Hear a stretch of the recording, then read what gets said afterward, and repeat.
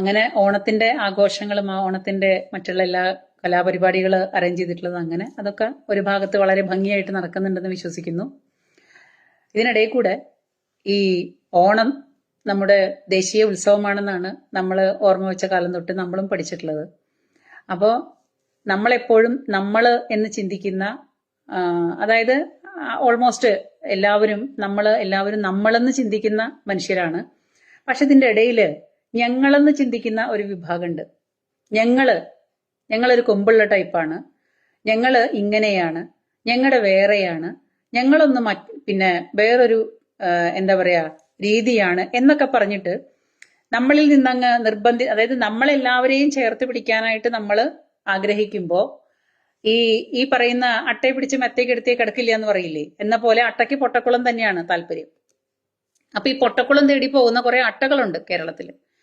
ആ അട്ടകള് എപ്പോഴും പറയാ എന്താ വെച്ചാല് അവർക്ക് അവരുടെ ഞങ്ങൾക്ക് ഓണം ഹറാമാണ്, ഞങ്ങള് ക്രിസ്മസിന് കേക്ക് മുറിക്കില്ല, ക്രിസ്മസിന് ആരും കേക്ക് മുറിക്കാൻ പാടില്ല, ഞമ്മന്റെ ആൾക്കാർ ആരും ക്രിസ്മസിന് കേക്ക് മുറിക്കാൻ പാടില്ല, ഓണം ഹറാമാണ്, ഓണത്തിന് ആരും ഓണത്തിൻ്റെതായ ഡ്രസ്സുകൾ ഉപയോഗിക്കാൻ പാടില്ല, ഓണത്തിൻ്റെതായ യാതൊരു തരത്തിലുള്ള സൈനും കാണിക്കാൻ പാടില്ല, ഓണം ഹിന്ദുവിന്റെ ആഘോഷമാണ് എന്നാണ് ഞമ്മന്റെ ആൾക്കാര് പലരും പറഞ്ഞു കേൾക്കുന്നത്.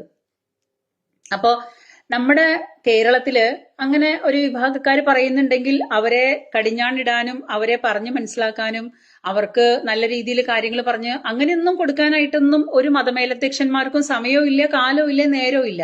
പറയണവരൊക്കെ അങ്ങോട്ട് പറയട്ടെ, നമ്മള് ഇങ്ങനെ പറയുന്ന കാര്യങ്ങളൊക്കെ എല്ലാവരും കേൾക്കട്ടെ. തിട്ടൂരം ഇറക്കുകയാണ്, തിട്ടൂരം.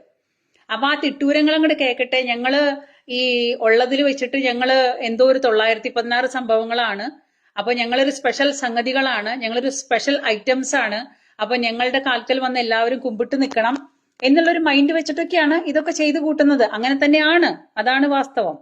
കാരണം ഈ പറയുന്ന പ്രത്യേക വിഭാഗക്കാരുടെ കാല് കഴുകി വെള്ളം കുടിക്കാനും അവരുടെ പിന്നാലെ അവരുടെ പെരുന്നാൾ വന്നാലും അവരുടെ നോമ്പ് വന്നാലും ഈ നമ്മുടെ കൂട്ടത്തിൽ നിൽക്കുന്ന ഈ മതേതര ഈ ഹിന്ദുക്കള് അടക്കം നോമ്പെടുക്കാനും നോമ്പെടുക്കാനും പിന്നെ മറ്റുള്ള കാര്യങ്ങൾക്കൊക്കെ നിന്നു കൊടുക്കുന്ന ഒരു വിഭാഗമാണ്. അതായത് നമുക്ക് എപ്പോഴും നമ്മളെന്ന് പറഞ്ഞാണല്ലോ ശീലം, അങ്ങനെയാണല്ലോ. അപ്പൊ പിന്നെ നമ്മളെപ്പോഴും ഈ ചിന്തിക്കുമ്പോൾ നമുക്കൊരിക്കലും വേർതിരിവില്ല, നമ്മളൊരിക്കലും അങ്ങനെ ഒരു വേർതിരിവ് പഠിച്ചിട്ടുമില്ല.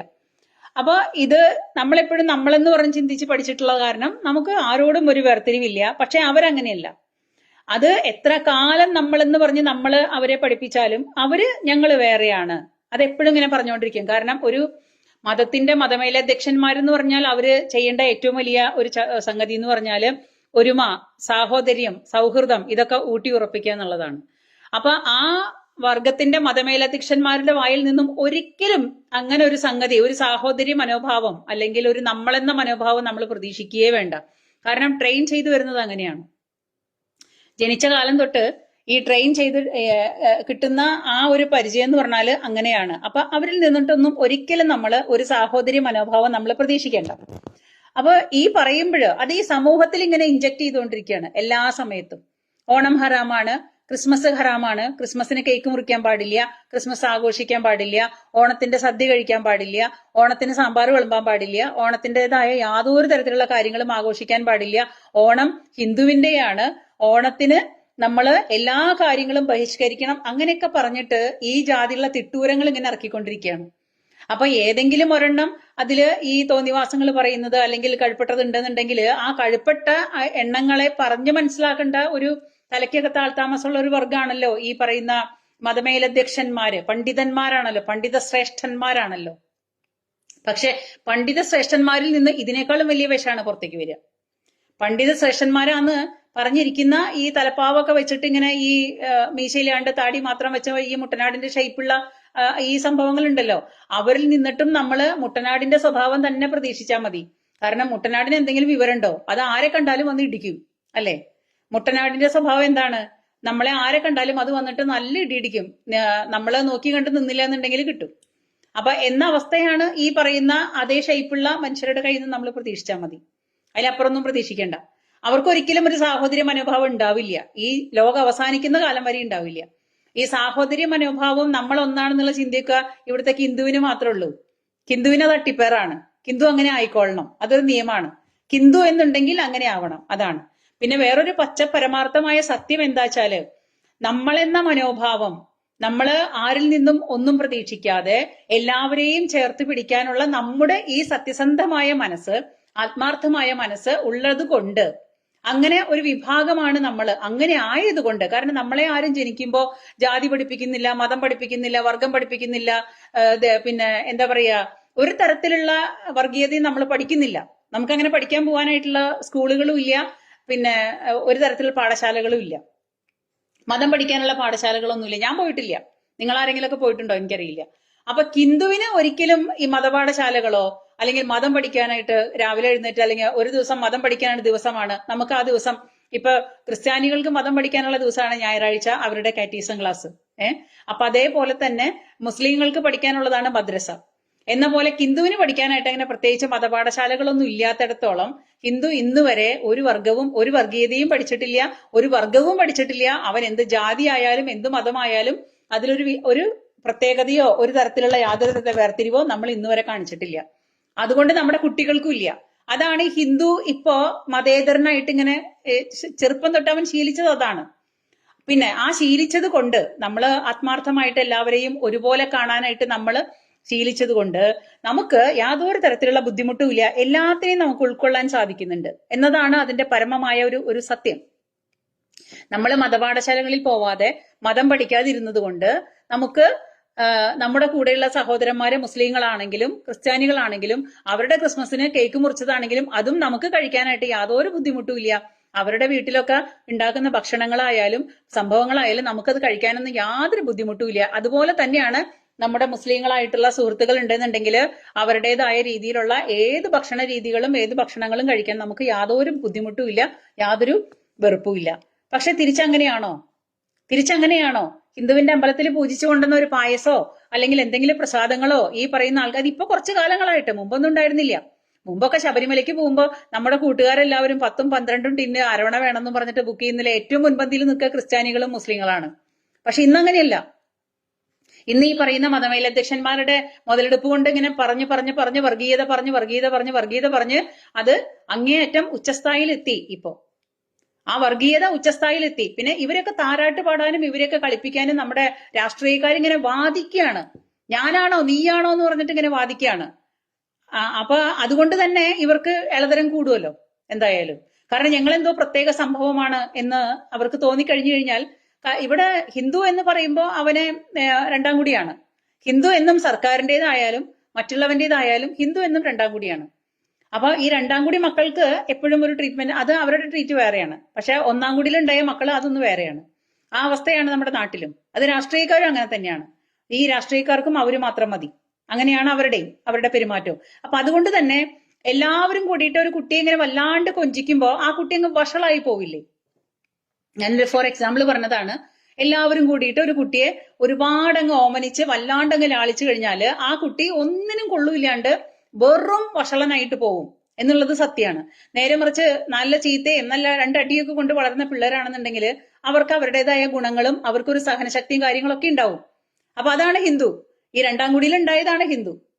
അപ്പൊ അവന്റെ സത്യസന്ധതയും ആത്മാർത്ഥതയും ആരിൽ നിന്നും ഒന്നും പ്രതീക്ഷിക്കാണ്ട് ഇക്കണ്ട കാലങ്ങൾ അത്രയും നമ്മള് എന്ന് ചിന്തിച്ച് എല്ലാവരെയും ഒരുപോലെ കാണാനുള്ള അവന്റെ മനോഭാവം കൊണ്ടും അവന്റെ സത്യസന്ധത കൊണ്ടും ഈ എന്താ പറയാ ഉള്ളിലിങ്ങനെ ഒരു കുശുമ്പ് കുത്തി വിരിയാന്നൊക്കെ പറയില്ലേ, അങ്ങനെയുള്ള യാതൊരു തരത്തിലുള്ള പ്രശ്നങ്ങളൊന്നും ഇല്ലാതെ നല്ല ചിന്താഗതി കൊണ്ടും സത്യസന്ധത കൊണ്ടും ഈ ഹിന്ദു എന്ന് പറയുന്ന വിഭാഗം ലോകം ഉണ്ടായ കാലം തൊട്ട് ഇവിടെ നിലനിൽക്കുന്നുണ്ട്.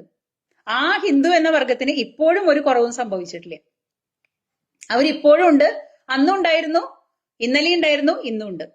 അതിനൊരു കുറവും സംഭവിച്ചിട്ടില്ല. എന്തൊക്കെ ആരൊക്കെ ഇവിടെ കിടന്ന് തലകുത്തി മറിഞ്ഞിട്ടും ഹിന്ദുക്കൾക്ക് യാതൊരു പ്രശ്നങ്ങളും സംഭവിച്ചിട്ടില്ല.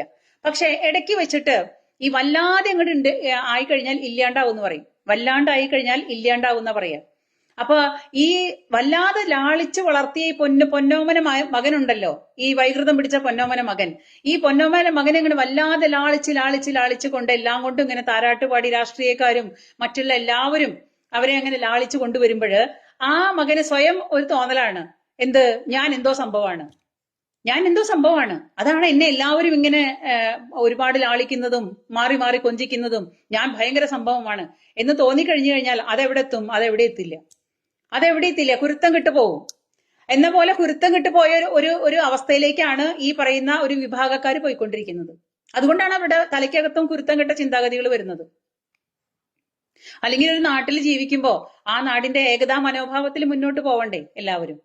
ഒരു വിശേഷം വരുമ്പോൾ ആ വിശേഷത്തിന്റെ ഇടയ്ക്കാണോ കുത്തിത്തിരിപ്പ് ഉണ്ടാക്കുന്നത്? ആ വിശേഷത്തിനിടയ്ക്ക് കുത്തിത്തിരിപ്പ് ഉണ്ടാക്കുന്നത് എന്താണെന്നറിയോ? അത് ഹിന്ദുവിന്റെയാണ്, അവിടേക്ക് തിരിയാൻ പാടില്ല. ഇത് ക്രിസ്ത്യാനിയുടെയാണ്, കേക്ക് മുറിക്കാൻ പാടില്ല, ക്രിസ്മസ് ആഘോഷിക്കാൻ പാടില്ല, ഓണം ആഘോഷിക്കാൻ പാടില്ല. ഈ ജാതിയുള്ള വെളിവ് കെട്ട വർത്തമാനങ്ങൾ പറയുമ്പോൾ അത് ഉപദേശിക്കാനോ അതിനെതിരെ പറയാനോ ഇവിടുത്തെ ഏതെങ്കിലും ഒരു എന്താ പറയാ മതമേലധ്യക്ഷന്മാര് ഈ മുസ്ലിങ്ങളുടെ ഇടയിൽ നിന്ന് തന്നെയാണ് ഈ കുത്തിത്തിരിപ്പുകൾ വരുന്നത്. ആ കുത്തിത്തിരിപ്പുകൾ വരുമ്പോ ആ വർഗത്തിൽ നിന്ന് ഏതെങ്കിലും ഒരെണ്ണം, അല്ല അങ്ങനെ പറയാൻ പാടില്ല, നമ്മള് എല്ലാവരും ഒരുപോലെ ജീവിക്കേണ്ട നാടാണിത് എന്ന് പറയുന്ന ഏതെങ്കിലും ഒരെണ്ണത്തിന് മരുന്നിനെങ്കിലും നിങ്ങൾക്കൊന്ന് കാണിച്ചു തരാൻ പറ്റുമോ? പറയില്ല, കാണില്ല, കിട്ടില്ല. പക്ഷെ എല്ലാവരും വേണം എന്ന് പറഞ്ഞിട്ട് ചേർത്ത് പിടിക്കുന്ന ഈ ഹിന്ദുവിനെ കാണാൻ പറ്റും. ഹിന്ദുവിനെ എല്ലാവരും വേണം, അല്ലാണ്ട് അവന് ഉറക്കം വരില്ല. അപ്പോ ഇതുപോലുള്ള കുത്തിത്തിരിപ്പുകൾ ഉണ്ടാവുമ്പോൾ നമ്മുടെ നാട്ടില് കുറെ കാലങ്ങളായിട്ട് ഞങ്ങൾക്ക് ഇങ്ങനെ വേണം, ഞങ്ങൾക്ക് അങ്ങനെ വേണ്ട, ഞങ്ങൾ ഇങ്ങനെ ചെയ്യുള്ളൂ, ഞങ്ങൾ അങ്ങനെ ആവുള്ളൂ എന്നൊക്കെ പറഞ്ഞിട്ട് കുത്തിത്തിരിപ്പുകൾ ധാരാളം നടന്നുകൊണ്ടിരിക്കുന്നുണ്ട്. അതിന് ഒരു തരത്തിലുള്ള പഞ്ഞവും ഇല്ല. അപ്പൊ ഞാൻ ചോദിക്കുന്ന ഈ കുത്തിത്തിരിപ്പുകൾ ഇങ്ങനെ ഓരോന്നോരോന്നായിട്ട് വരുമ്പോ ഇപ്പൊ നല്ലൊരു ഓണം സീസണാണ്. ഇപ്പൊ കഴിഞ്ഞ ദിവസമാണ്, ഇന്നലെയാണ് ഞാനൊരു ടീച്ചറുടെ വോയിസ് സന്ദേശം നിങ്ങളെ കേൾപ്പിച്ചിരുന്നു. ടീച്ചർ ഒരു അധ്യാപികയാണ്, പെരുമ്പലാവ് സ്കൂളിലാം കണ്ടാണ് ഞാൻ അറിഞ്ഞത്. ആ പെരുമ്പലാവ് സ്കൂളിലെ അധ്യാപിക പറയണതാണ്, ആ കുട്ടികൾക്ക് വോയിസ് സന്ദേശം അയച്ചതാണ്. ആ വോയിസ് സന്ദേശത്തിൽ പറയുന്നത് ഓണം ആഘോഷിക്കാൻ നമ്മുടെ ആൾക്കാർ ആരും മെനക്കെടണ്ട, ഓണം ഹിന്ദുവിന്റെയാണ്. ഓണത്തിന്റേതായ ഡ്രസ്സുകളോ ഓണത്തിന്റേതായ കളികളിലോ ഓണത്തിന്റേതായ ആഘോഷങ്ങളിലോ ഒന്നും പങ്കെടുക്കാൻ പാടില്ല. ഓണം ഞമ്മക്ക് ഹറാമാണ്. അത് ഞാൻ മുൻകൂട്ടി പറയാണ്. അപ്പൊ നിങ്ങൾ ആരും ഓണം ആഘോഷിക്കേണ്ട, ഓണം ഞമ്മക്ക് ഹറാമാണെന്ന് അധ്യാപിക പറയുന്ന അധ്യാപികയുടെ വോയിസ് സന്ദേശമാണ് നമ്മൾ കേട്ടത്.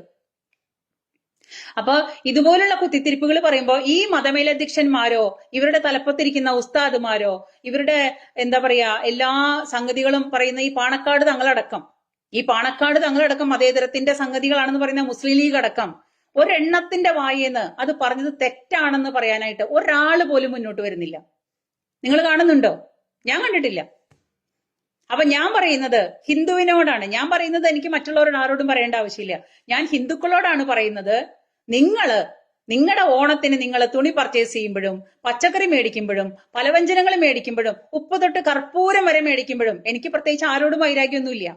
പക്ഷെ ഇങ്ങോട്ട് 4 എണ്ണം തരുമ്പോ ഒരെണ്ണെങ്കിലും തിരിച്ചു കൊടുക്കണ്ടേ? അതൊരു ന്യായല്ലേ? എന്റെ ചോദ്യം ജനുവിനല്ലേ? അപ്പൊ ഇങ്ങോട്ട് 4 എണ്ണെങ്കിലും തരുമ്പോ ഒരെണ്ണെങ്കിലും തിരിച്ചു കൊടുക്കണം. അതിന് വേണ്ടിയിട്ട് ഞാൻ പറയാണ്, ഈ ഓണത്തിന് ഓണം ഹിന്ദുവിന്റെ മാത്രം അട്ടിപ്പേറാണെന്നുണ്ടെങ്കിൽ ഹിന്ദുക്കളെ, നിങ്ങൾ ഓണം ആഘോഷിക്കാനുള്ള സർവത്ര സാധനങ്ങളും നിങ്ങൾ ഹിന്ദുവിന്റെ കടയിൽ നിന്ന് മേടിക്കേ, അല്ലെങ്കിൽ ഏതെങ്കിലും ക്രിസ്ത്യാനിയുടെ കടയിൽ നിന്ന് മേടിക്കേ. ഈ ഓണം ഹറാമായിട്ടുള്ള ആൾക്കാർക്ക്, ഞമ്മന്റെ ആൾക്കാർക്ക് ഓണം ഹറാമാണ്. അപ്പൊ ഞമ്മന്റെ കച്ചവടം വേണ്ടെന്ന്, ഞമ്മന്റെ ഹിന്ദുവിന്റെ കാശും വേണ്ടപ്പ നിങ്ങൾ അങ്ങനെ പറയേ. ഈ തലപ്പാവും വെച്ച് ഈ ആട്ടുമുട്ടന്റെ പൂടയും പോലെയുള്ള സംഗതികളും വെച്ച് കെട്ടിയിട്ട് വലിയ പണ്ഡിതനാണെന്ന് പറഞ്ഞിട്ട് പണ്ഡിത ശ്രേഷ്ഠന്മാരിങ്ങനെ വന്നിരിക്കുമ്പോ ആ ശ്രേഷ്ഠന്മാരോടാ ഞാൻ ഈ പറയുന്നത്, ഹിന്ദുവിന്റെ കാശും വേണ്ടാന്ന് വെക്കേ, ഹിന്ദുവിന്റെ കച്ചവടം വേണ്ടാന്ന് വെക്കേ. ആണാണെന്നുണ്ടെങ്കില് വെല്ലുവിളിക്കുകയാണ്. വെല്ലുവിളിക്കുക തന്നെയാണെന്ന് കൂട്ടിക്കോ, ഒരു പ്രശ്നവുമില്ല. ഞാൻ വെല്ലുവിളിക്കുക. ഞാൻ എന്റെ സഹോദരന്മാരോടും എന്റെ സഹോദരിമാരോടും എന്റേതായ വർഗക്കാരോടും കൂടി ഞാൻ പറയാണ്, നമ്മുടെ 10 രൂപ പോലും കടകൾ നോക്കി കയറണം. നിങ്ങൾ കടകൾ നോക്കി പേര് നോക്കി തന്നെ കയറണമെന്ന്. എന്തുകൊണ്ടായിക്കൂടാ? എന്താ ഇവിടെ ഹിന്ദുക്കൾക്ക് കച്ചവടം ഇല്ലേ?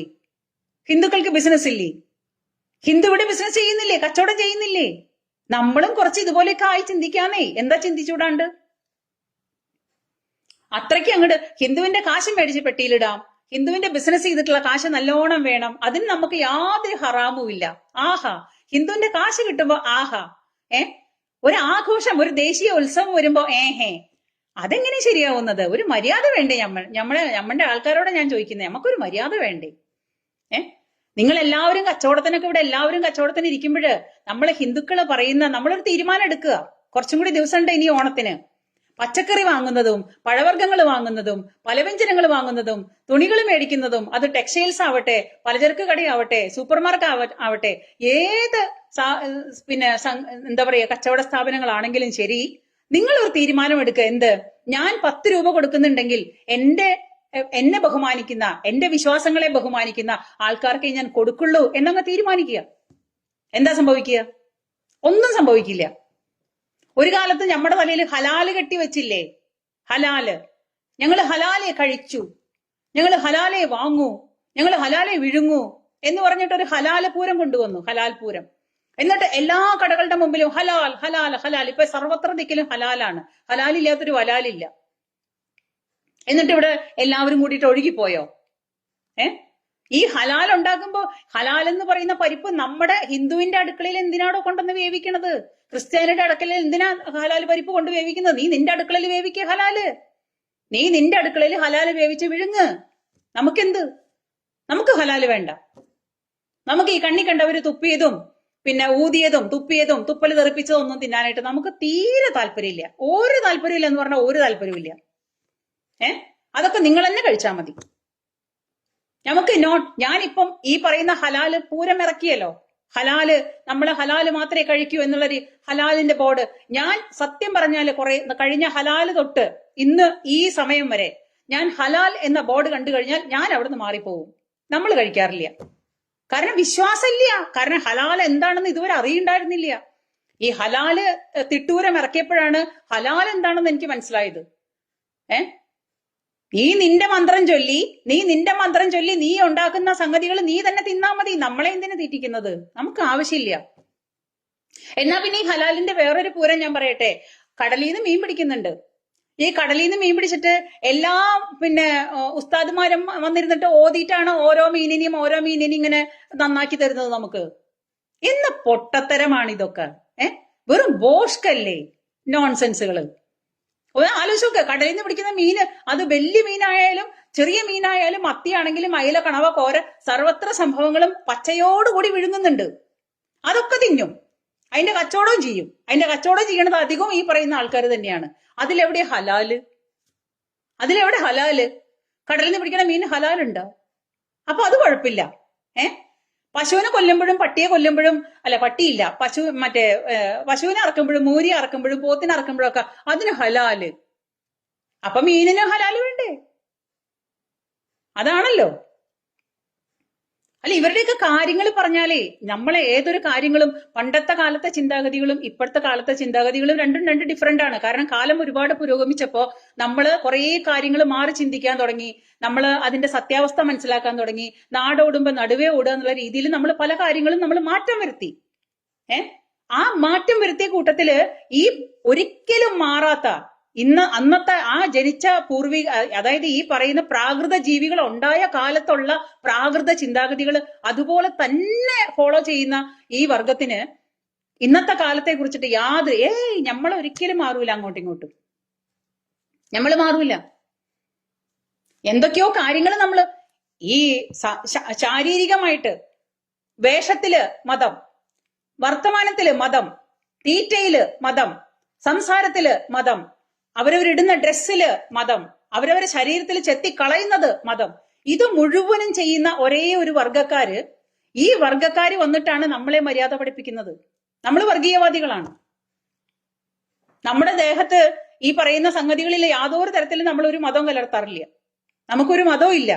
നമ്മളെല്ലാവരും ഒന്നാണെന്നാണ് നമ്മുടെ ചെറുപ്പം തൊട്ട് നമ്മൾ പഠിക്കുന്നത്. നമ്മൾ ഇന്നും അത് അനുവർത്തിക്കുന്നു. അതുകൊണ്ട് തന്നെ നമുക്ക് എല്ലാവരോടും ബഹുമാനാണ്. ഈ ഉടുപ്പിലും നടപ്പിലും തീറ്റയിലും കിടപ്പിലും ഇരിപ്പിലും ഒക്കെ മതം കൊണ്ട് നടക്കുന്ന ആൾക്കാരാണ് നമ്മളോട് പറയുന്നത് നമ്മൾ വർഗീയവാദികളാണ്. മതത്തിന്റെ പേരും പറഞ്ഞിട്ട് ജനിക്കുമ്പോ അംഗവൈകല്യം വരെ വരുത്തുന്ന മനുഷ്യരാണ്. ചെത്തിക്കളയല് കാണാലോ, അത് അവരുടെ ഇഷ്ടമാണ്. നമുക്കതിന് യാതൊരു വിരോധമില്ല. എവിടെ വേണമെങ്കിൽ ചെത്തിക്കളഞ്ഞോട്ടെ. പക്ഷെ അത് ചെത്തിക്കളയുമ്പോ അതിന് പറയുന്ന എക്സ്ക്യൂസ് എന്താണെന്നറിയോ? ഈ മൂത്രം ഹറാമാണ്, മൂത്രം ഇരിക്കാൻ പാടില്ല, അതാണ് ചെത്തല്, സുന്നത്ത്. എന്നാ മൂത്രത്തിനേക്കാളും വൃത്തികെട്ട ഒരു സംഗതി പോകുന്ന വേറൊരു ഭാഗല്ലേ? അപ്പൊ പിന്നെ വയറ്റിൽ നിന്ന് കുടലടക്കം വലിച്ച് പുറത്തേക്ക് കളയണ്ടേ? ഒന്ന് ആലോചിച്ച് നോക്കൂ ഈ നോൺസെൻസ്. ഒരു കൊച്ചുകുട്ടി ജനിച്ചിട്ട് ആ കൊച്ചുകുട്ടി എന്താണെന്നോ മതം എന്താണെന്നോ അവരവരെന്താണെന്നോ അവരവരുടെ ജീവിതം എന്താണെന്നോ ഒന്നും അറിയാത്ത പ്രായത്തില് പല കുട്ടികളും മരണപ്പെടുന്നവരെയുണ്ട് ഇന്നത്തെ കാലത്ത്. ഇതിന്റെ പേരില് ഒരുപാട് കുട്ടികളുടെ മരണപ്പെട്ട, അത് പുറത്തേക്ക് വരുന്ന ന്യൂസ്, വരാത്തത് വേറെ ഒരുപാടുണ്ട്. അപ്പൊ ഞാൻ ചോദിക്കുന്നത്, ഈ സംഗതി ഹറാമാണ്, ഈ പോകുന്ന മൂത്രം ഹറാമാണ്, ഞാൻ സമ്മതിക്കുന്നു, മൂത്രം അശുദ്ധമാണ്, ശരി, നമ്മൾ മൂത്രത്തിന് അങ്ങനെ തന്നെ മാനിക്കുന്നത്, അശുദ്ധമാണ്. അത് ഒരു പരിധിയിലൂടെ ദേഹത്ത് അംഗവൈകല്യങ്ങൾ വരുത്തിയിട്ടാണോ ഇതൊക്കെ സംരക്ഷിച്ചു കൊണ്ട് നടക്കുന്നത്? അപ്പൊ പിന്നെ നിങ്ങൾ ചെയ്യേണ്ടത് എന്താണ്? ഈ ഒന്നും രണ്ടും ഉണ്ടല്ലോ, ഒന്ന് മാത്രമല്ലല്ലോ, രണ്ടുണ്ടല്ലോ. ആ രണ്ടാമത് വരുന്ന സംഭവങ്ങളൊക്കെ വയറ്റിൽ, ചില ആൾക്കാർക്ക് അത് ഗട്ടുകളായിട്ട് വയറ്റിൽ അടിഞ്ഞുകൂടി കിടക്കുന്നുണ്ട്, കുടലിനകത്ത് സ്റ്റക്ക് ആവുന്നുണ്ട്. ഈ പറയുന്ന സംഗതികളൊക്കെ വയറിനകത്ത് വെച്ചിട്ടല്ലേ നിങ്ങൾ ഈ പുറമേക്ക് ഈ വൃത്തി ഉണ്ടാക്കിക്കൊണ്ടിരിക്കുന്നത്. അപ്പൊ പിന്നെ എന്താ വേണ്ടത്? കുടലൊന്നും വേണ്ടെന്ന് വെക്കണം വയറ്റിനകത്തൊന്ന്. ജനിച്ച വഴിക്ക് തന്നെ കുട്ടിയുടെ കുടലൊക്കെ വലിച്ച് വെളി കളയണ്ടേ? അല്ലെങ്കിൽ ആ സമ്മതിയിൽ പോകുന്ന ഹോള് തന്നെ കളയണ്ടേ അവിടുന്ന്?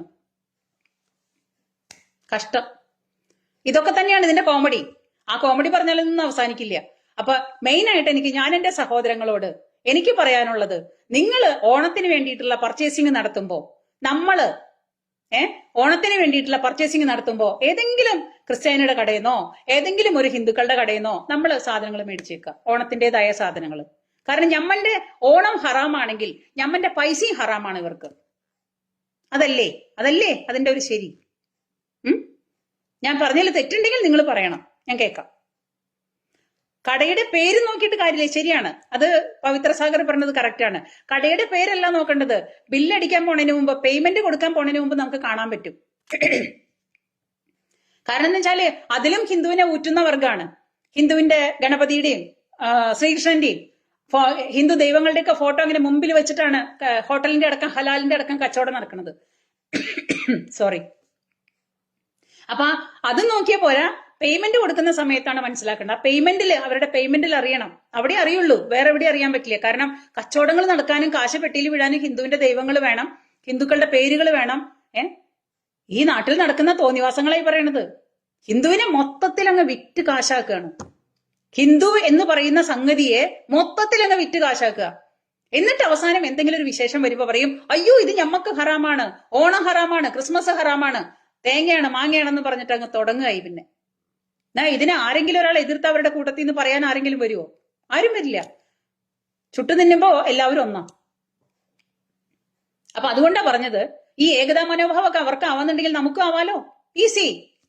എന്ത് നമുക്ക് കുറെ കാലങ്ങളായിട്ട് മാനസികമായിട്ട് അറിയുന്ന, കുറെ വർഷങ്ങളായിട്ട് നമുക്കറിയുന്ന ഒത്തിരി കച്ചവടക്കാർ നമ്മുടെ നാട്ടിലുണ്ട്. പാവം, അവർക്ക് കിട്ടിക്കോട്ടെ. നമ്മുടെ പൈസ ഹറാമല്ലാത്തവർക്ക്, നമ്മുടെ ഓണം ഹറാമായവർക്ക് നമ്മുടെ പൈസയും കൊടുക്കണ്ടോ? ഓണം ഹറാമാണെങ്കിൽ വേണ്ട, നമ്മുടെ പൈസയും കൊടുക്കണ്ട. എന്തേ? പൈസയും ഹറാമല്ലേ, ഹിന്ദുവിന്റെ പൈസ ഹറാമല്ലേ? അപ്പൊ അതുകൊണ്ട് ഞാൻ നിങ്ങളോട്, എന്റെ സഹോദരങ്ങളായ ഹിന്ദുക്കളോട് എനിക്ക് പറയാനുള്ള ഒരേ ഒരു കാര്യം, ഓണത്തിന്റെ കച്ചവടങ്ങൾ വരുമ്പോ, ഓണത്തിന്റെ ബിസിനസ് നമ്മൾ ചെയ്യുമ്പോ, ഒരു സാധനം വാങ്ങുമ്പോൾ നമ്മൾ പരമാവധി നമുക്ക് അറിവുള്ള ഒരു വ്യക്തിയുടെ കടയിൽ നിന്ന് അത് മേടിക്കുക. അത് ഏതെങ്കിലും ഒരു ക്രിസ്ത്യാനിയോ ഹിന്ദുവോ ആണെന്നുണ്ടെങ്കിൽ കുറച്ചും കൂടെ നല്ലതാണ്. അതാണ് നമ്മളും ഇനി അനുവർത്തിക്കേണ്ടത്. ഈ വക ചെങ്ങായിമാർക്ക് കൊടുക്കാനുള്ള മറുപടി ഇങ്ങനെയൊക്കെ കൊടുക്കാൻ പറ്റുള്ളൂ. കാരണം വല്ലാണ്ടായി കഴിഞ്ഞാൽ വല്ലാണ്ടാവുകയാണ്. ഇങ്ങനെ വിട്ടാൽ ശരിയാവില്ല. നമ്മൾ ഇല്ലാണ്ടായിട്ട് അങ്ങനെ മറ്റുള്ളവർ ഇവിടെ വാഴണ്ടല്ലോ. ഇല്ലാണ്ടാവുമ്പോ നമുക്ക് എല്ലാവരും ഇല്ലാണ്ടാകാം. അപ്പൊ നമ്മുടെ തലയിൽ കയറിയിരുന്നിട്ട് നീ അങ്ങനെ ആളാവണ്ട, വേണ്ടല്ലോ. എല്ലാവർക്കും താഴ്ത്തിക്കൂടെ ഭൂമിയില്, അല്ലേ, തമ്പുരാന്റെ ഭൂമിയിൽ നിൽക്കെന്ന് പറയുന്ന പോലെ തമ്പുരാന്റെ ഭൂമിയിൽ മതിയല്ലോ. അതെല്ലാവരും അർഹതപ്പെട്ടവരാണ്. അപ്പൊ നിങ്ങൾ ശ്രദ്ധിക്കണം. ഓണത്തിന് നിങ്ങൾ ഈ പറയുന്ന പരമാവധി ഏതെങ്കിലും ഒരു ഹിന്ദുവിന്റെയോ ഏതെങ്കിലും ഒരു ക്രിസ്ത്യാനിയുടെയോ കടയിൽ നിന്ന് നിങ്ങൾ സാധനങ്ങൾ മേടിക്കുക. അത് കിട്ടുന്ന 10 പൈസ അവർക്ക് കിട്ടട്ടെ, അർഹതപ്പെട്ടവർക്ക് കിട്ടട്ടെ. നമ്മൾ ഹറാമാണെങ്കിൽ, നമ്മുടെ ഓണം ഹറാമാണെങ്കിൽ നമ്മുടെ പൈസയും ഹറാമാണ്. അത് നമ്മളങ്ങ് തീരുമാനിക്കുക. ഇത്രയേ വേണ്ടൂ. ഓക്കെ? എന്നെ കേട്ട എല്ലാവർക്കും നന്ദി, നമസ്കാരം, ജയ് ഹിന്ദ്.